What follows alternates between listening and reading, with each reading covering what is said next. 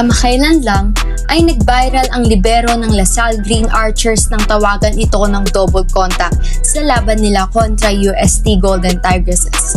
UAAP Season 87 na nagresulta ng pagkatalo ng Green Archers. Pero alam niyo bang taong 1998 nang ipakilala ng FIVB ang libero bilang bahagi ng pagbabago sa rules ng laro?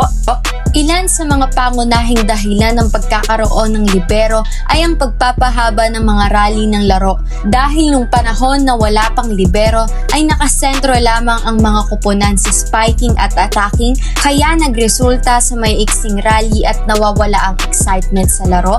Ang pagkakaroon ng libero din ay ang nagbukas ng pinto na makapaglaro ang mga maliliit na players na mataas ang skills sa depensa pero hindi katangkaran. Panghuli ay bawasan ang pagkapagod ng mga middle blockers.